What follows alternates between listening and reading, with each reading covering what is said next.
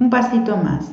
¿Cómo encuentra a la escuela el discurso social y político de los años 60? Acá traemos los aportes de François Dubé, un sociólogo francés, que dice que también los años 60 implican un proceso de crisis en la transmisión, o sea, ya no hay una confianza en que si yo educo, el otro aprende y el mundo se transforma, y con eso un declive en el valor que tiene la institución. Esto también nosotros lo habíamos leído con Rivas en pedagogía. Esa escuela que a los ojos de Tiramonte y de la modernidad era vista como un trampolín para el progreso, empieza a ser vista como reproductora de la desigualdad.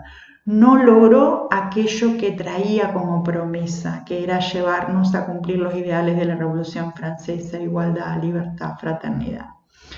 Y deja de ser en simultáneo el templo del saber, el lugar al cual ingresa la población bárbara y sale la población civilizada. ¿Por qué? Porque empieza a competir con otras agencias de transmisión del saber. No solo enseña la escuela, enseña la radio, enseña la televisión, y ya su palabra no es la palabra autorizada como traductora del saber. Entonces, en este contexto no nos va a llamar la atención que comiencen a hacerse nuevas preguntas al campo educativo. Y esas preguntas tienen que ver con si acaso la educación puede ser pensada de otra manera a como fue pensada hasta allí.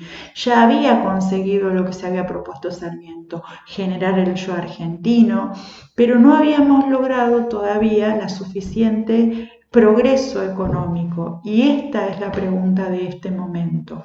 ¿Puede la educación convertirse en un agente de desarrollo? ¿Puede asegurar formas de movilidad social? ¿Es un bien de consumo o de inversión? Si yo pongo dinero en la educación, ¿obtendré ganancia? Fíjense esta pregunta. ¿Puedo medir cuánto gano? ¿Puedo medir la rentabilidad de la educación? Acá no es una pregunta de pedagogos, es una pregunta de economistas. Estas preguntas producen un cambio conceptual respecto de la mirada de lo educativo. Y un personaje central en este proceso va a ser Theodore Schultz, del cual ustedes tienen una conferencia como fuente de esta clase. Ya lo presentamos, vive entre el 1902 y muere pisando los años 2000, es economista. No cualquier economista, recibe un Nobel en 1980 y nosotros tenemos una conferencia de los años 60, 1959, donde, ¿qué nos va a decir Schultz, a quien reconocemos como un precursor de las teorías del capital humano, junto a Gary Becker, por ejemplo? Nos va a decir: la educación es asimilable a cualquier tipo de capital, tanto en lo relativo a su posesión como a su usufructo.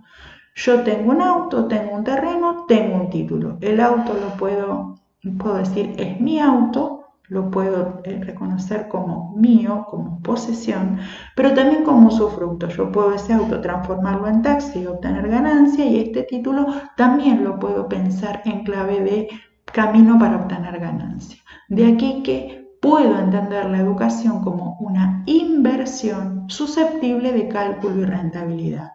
Si yo, política educativa, invierto en la formación de ingenieros, voy a poner tanta guita en hacer una universidad de ingenieros, pero pensando en que voy a obtener tal rentabilidad económica poniendo esos ingenieros a producir X.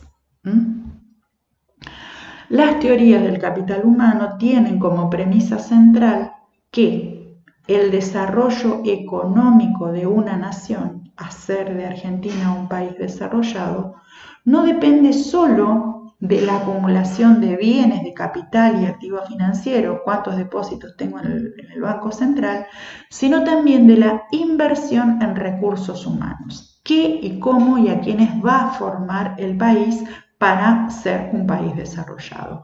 Entonces, el sujeto de la educación ya no es este bárbaro a ser civilizado. El sujeto de la educación pasa a ser un recurso humano a ser formado. Esto tiene muchísima incidencia coincidencia. Estamos, insisto, esa conferencia es de los 70, entonces ya cambia absolutamente la manera de pensar lo educativo. Si yo la voy a pensar en clave de es la herramienta con la cual voy a lograr que el país obtenga beneficios, va a ser la persona, no va a pensar entonces en estudiar para estudiar arte, estudiar literatura, para ser más humano, en una clave de humanización, como proponía Freire. No, voy a estudiar porque esto es mi pasaje a un mejor bienestar económico.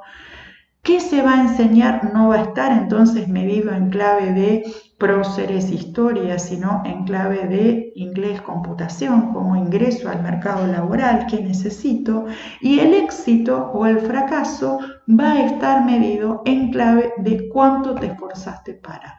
De esto ustedes ya conocen mucho. El discurso sobre la meritocracia se ha ido profundizando en los últimos tiempos. Esto para ustedes no es algo que necesiten que yo se los cuente.